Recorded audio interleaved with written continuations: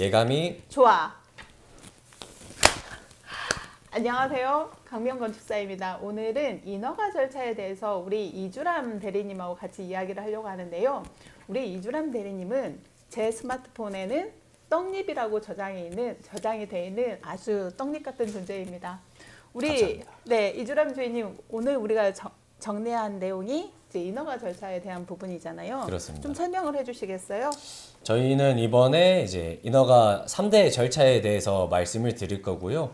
이 기준은 이제 단독주택 위주로 이제 건축주분들을 위한 이해를 돕기 위해서 말씀을 드린 거기 때문에 단독주택 기준으로 한번 말씀을 드리도록 하겠습니다.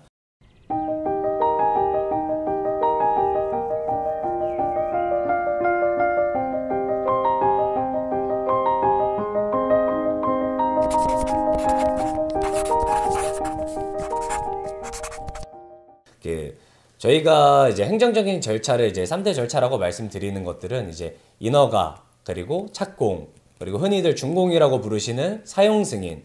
해서 인허가, 착공, 사용 승인 총 3가지가 있겠습니다. 네, 그러면 이 인허가에서 가장 중요한 것은 신고냐, 허가냐 하는 것이잖아요. 신고하고 허가는 어떤 차이가 있나요? 일단 인허가에서 신고냐 허가냐인 거를 이제 나눌 때는 이제 면적을 기준으로 이제 많이들 나누시거든요. 허가는 이제 100제곱미터를 신축을 기준으로 100제곱미터를 초과하는 건물에 대해서 허가권이라고 보고 있고, 그 신고는 그 이하 100제곱미터 이하일 때 신고권이라고 명명하고 있습니다. 네, 맞아요. 우리가 규모에 따라서 나눠지고 또 도시외 지역에서는 그렇습니다. 100제곱미터가 이제 초과하더라도 200제곱미터 이하면 이제 신고로 처리가 되는데요. 신고하고 허가가 있어서 가장 다른 게 뭐예요? 건물 처리할 때? 일단은 감리 대상이냐 비대상이냐 이 차이가 가장 큰 것 같습니다. 맞아요. 허가 대상이면 우리가 감리 대상이니까요. 그리고 이제 설계 도서의 작성에도 굉장히 큰 차이가 있잖아요. 그렇습니다. 네, 어떤 차이가? 이제 뭐 허가권 아무렴 이제 신고보다는 이제 허가의 도서 양이 많고 이제 첨부되는 이제 서류들도 많은데 이제 건축주분들께서도 이제 준비를 해주셔야 되는 부분들이 있거든요. 네, 맞아요. 우리가 도서만 본다고 하면 신고 도서는 굉장히 기본적인 도서만 들어가잖아요. 그래도 허가 도서 같은 경우는 구조도나 설비도까지도 다 포함이 되는 개념이니까요. 예. 또 인허가를 이제 접수를 한다는 건 보통 이제 건축주들은 건축만 생각을 하시지만 이제 건축에 대한 검토 이외에도 이제 일괄 처리되는 각각 법령에 의해서 일괄 처리되는 것들이 있잖아요. 그렇습니다. 네, 설명을 좀 해주신다면. 그래서 저희가 이제 인허가를 받는다라는 거는 건물에 대한 내용들도 이제 심사를 받지만 이제 그 외에 이제 뭐 토지 형질 변경에 대한 개발 행위, 그리고 뭐 지목을 변경하는 이제 농지 전용, 그리고 산지 전용, 그리고 이제 도로를 이제 공사를 잠시 할 때는 도로 조명, 그리고 이제 뭐 배수 설비에 대해서도 이제 의제 및 일괄 처리 사항으로 이제 보고 있습니다. 네, 맞아요. 건축에도 이렇게 일괄적으로 처리되는 부분이 굉장히 많은데 처리되는 기간은 얼마나 소요가 되나요? 보통 배수 설비는 이제 7일, 그리고 뭐 다른 뭐 문화재 영향평가나 뭐 개발 행위가 낀다라고 하면은 최소 뭐 2주에서 많게는 이제 한 달가량도 소요가 되는 경우가 있습니다. 네, 또 그렇게 30일 정도에 거쳐서 인허가가 처리가 되면 좋으나 사실 그러지 못하잖아요. 그렇지, 못한 경우가 많죠. 네, 보완 나왔을 경우에 또 더 늦어지는 경우들도 있죠. 다소 있습니다. 네, 뭐 그럼에도 불구하고 인허가 과정은 굉장히 중요하기 때문에 설계 도서와 또 현장이 맞는지 또 각각 법령에 따라서 검토해야 되는 부분이 정확하게 검토가 돼서 우리가 인허가를 득한 도서대로 지어지게 되면 사용 승인 때 이제 별 무리가 없다라고 하는 그 가이드가 그렇습니다. 되니까요. 네, 이렇게 인허가 절차가 끝나면 건축물을 이제 시공에 들어가야 되잖아요. 그렇습니다. 그러면 착공 신고를 해야 되는데요. 착공 신고 때는 어떤 것들을 준비를 하게 되나요? 착공 신고를 하는 경우에는 이제 200제곱미터를 초과하는 경우에는 이제 건설사와 같이 계약을 진행을 해서 착공 신고를 접수하시면 되고요. 그 외의 경우에 이제 200제곱미터 이하일 때는 건축주 직영공사로 진행을 하게 됩니다. 네, 건축주 직영공사로 진행을 하게 될 때 또 건설 사업자와 같이 또 진행을 하게 될 때 공통적으로 들어가는 서류가 있죠. 가장 예. 중요한 게 건축 관계자 간의 계약서가 들어가는 거죠. 계약서 중요합니다. 네, 이때 설계 계약서가 들어가고 또 감리 대상의 경우 감리 계약서, 건설 사업자와 계약 대상이 된다고 하면 그 시공사와의 그 시공 계약서까지도 포함하는 그렇습니다. 개념이네요. 또 그리고 최근에 건설산업보건법에 따라서 기술지도 계약서가 같이 이제 같이 들어가야죠. 들어가게 되죠.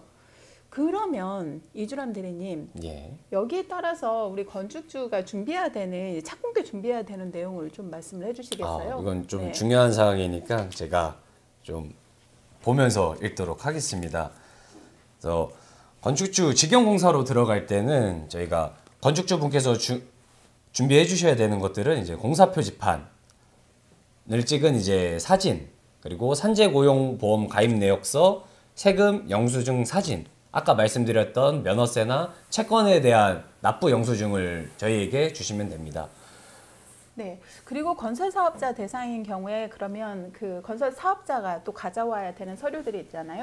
그래서 건설사로 시공을 할 때는 건축주분께서는 동일하게 앞전에 말씀드린 것과 같이 공사 표지판 사진, 그리고 세금 영수증 등을 보내주시면 되고, 시공자에게 받아야 될 서류로서는 건설도급 계약서, 사업자 등록증 사본, 그리고 건설업 등록증, 건설업 등록 수첩, 인감증명서, 사용 인감계, 법인 등기부 등본, 현장 대리인 관련 서류들과 같이 굉장히 많은 서류들을 좀 준비를 해주셔야 됩니다. 네. 여기서 저희 영상은 우리는 단독주택을 지금 중심으로 설명을 드리고 있고 또 이 내용은 지자체마다 좀 다를 수가 있습니다. 그거 생각하시고 준비를 네, 설계사무소와 협의하신 다음에 준비를 하시면 좋을 것 같아요. 또 저희가 현장 관리인에 대해서도 설명을 드려야 될 것 같습니다. 네, 현장 건축주 직영공사일 때는 현장 관리인이 또 선임이 돼야 되는 부분이 있죠. 그래서 건축주 직영공사를 하실 때는 이제 현장 관리인을 꼭 선임을 하셔야 되고요. 이제 그 외에 건설사 계약을 맺으실 때는 이제 그 건설사에서 현장 대리인이라고 해서 회사 직원을 이제 선임하게끔 돼 있어서 네, 이때 꼭 내 현장 대리인이 우리 현장에 상주할 수 있도록 또 우리 현장의 관리 감독을 잘 할 수 있도록 그 사람이 건설 사업자의 소속인지는 정확하게 확인을 할 필요가 있겠네요. 중요한 부분인 것 같습니다. 네. 이렇게 착공도 처리가 되는 기간이 3일 정도가 소요가 되잖아요. 처리 기간이 3일인데 보통 이제 착공계 제출을 또 잊으시고 혹은 당장 내일 포크레인 들어와야 된다고 이제 급하게 서두르시는 분들이 계시거든요. 착공은 좀 서두르시는 경우가 많죠. 네. 하지만 착공 역시도 인허가 절차상 신고를 득하여야 되는 부분이니만큼 시간을 가지고 준비가 되었으면 좋겠습니다. 이렇게 착공 신고가 됐다고 하면 건물을 잘 짓는 게 남아있네요. 예, 그렇습니다. 네, 건물이 잘 지어지고 있다가 중간에 관계자가 변경이 될 수도 있고 간혹 건물 자체도 처음에 생각했던 설계하고 다르게 또 변경되는 경우가 있죠. 예. 네, 그럴 때는 허가 및 신고사항 변경 절차를 밟아주시면 되겠습니다.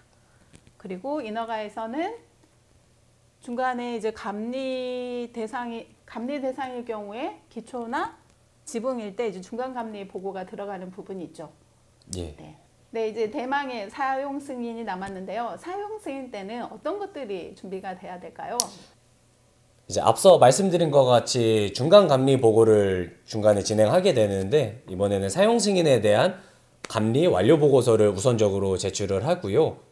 공사를 하면서 도중에 바뀐 내용들이나 아니면은 뭐 좀 추가되거나 빠진 부분들에 대해서 공사 완료 도서를 제출을 하게끔 되어 있습니다. 또 건축물 관리 대장용 현황 도면이 들어가야 되고요. 그렇습니다. 또 최근에는 감리비에 대한 지불에 이제 증명해야 되는 서류도 같이 들어가게 됩니다. 또 이뿐만이 사실 아니죠. 앞서서 이야기한 의제 처리 관련된 내용들이 잘 이행이 되었는지 관계 법령에 따라서 우리가 제출해야 될 내용들이 많은데요. 그거 역시 굉장히 내용이 길죠. 좀 설명해 주시겠어요? 중요한 내용들이라 이런 네. 거 꼭 한번 짚고 넘어가는 게 좋을 것 같습니다.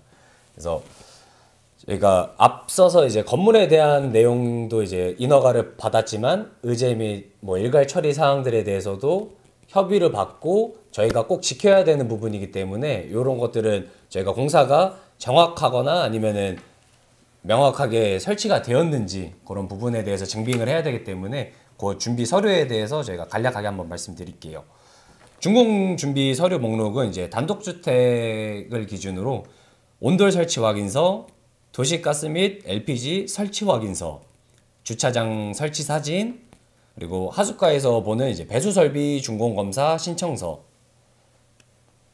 조경 사진, 소화기 화재 경보기 설치 사진, 도로명 주소판 사진, 창호 시험 성적서 관련 자료, 단열재 관련 자료, 절수 설비 관련 자료 등이 있을 것 같습니다. 네, 이런 준비 내용들은 인허가를 득하고 공사를 시작하면서부터 사용 승인 염두에 두시고 잘 준비를 해주시면 좋을 것 같아요. 사용 승인 때도 다들 건축주분들이 마음이 굉장히 급하시거든요. 이사 날짜가 잡히신 분들이 많으세요. 그럼에도 불구하고 사용 승인을 꼭 득한 뒤에 입주를 하시길 바랍니다. 또 사용 승인을 저희가 서류만 제출했다고 해서 끝나는 게 아니라 타 건축사가 와서 현장 조사를 하거든요. 이때 역시도 현장 조사가 꼼꼼하게 진행이 되기 때문에 그거 역시도 잘 대비해 주셨으면 좋겠습니다. 이렇게 사용 승인이 나면 이걸로 끝인가요? 이제 한시름은 났지만 그래도 마지막 기쁜 마음으로 처리해야 될 일들이 이제 몇 가지가 있습니다. 네. 사용 승인을 득함으로써 발생하게 되는 취득세를 관할 지자체에 납부하러 가시면 되는데 그때 같이 방문하실 때 건축물 대장을 생성을 하시고 등기를 신청을 해주시는 걸로 마무리가 되겠습니다. 네. 이렇게 인허가 절차가 마무리가 되네요. 처음에 네. 인허가 받아서 착공 신고하고 사용 승인 내면 되는 거네요.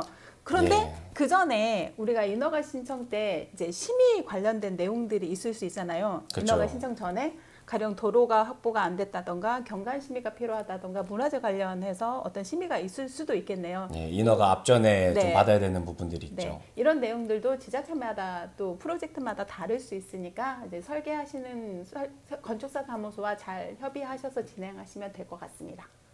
오늘 준비한 내용은 여기까지인데요. 많은 도움이 되었으면 좋겠습니다. 정말 많은 도움이 되셨으면 좋겠네요. 네, 그럼 인사드릴까요? 네, 안녕. 들어가세요. 아, 네, 얘가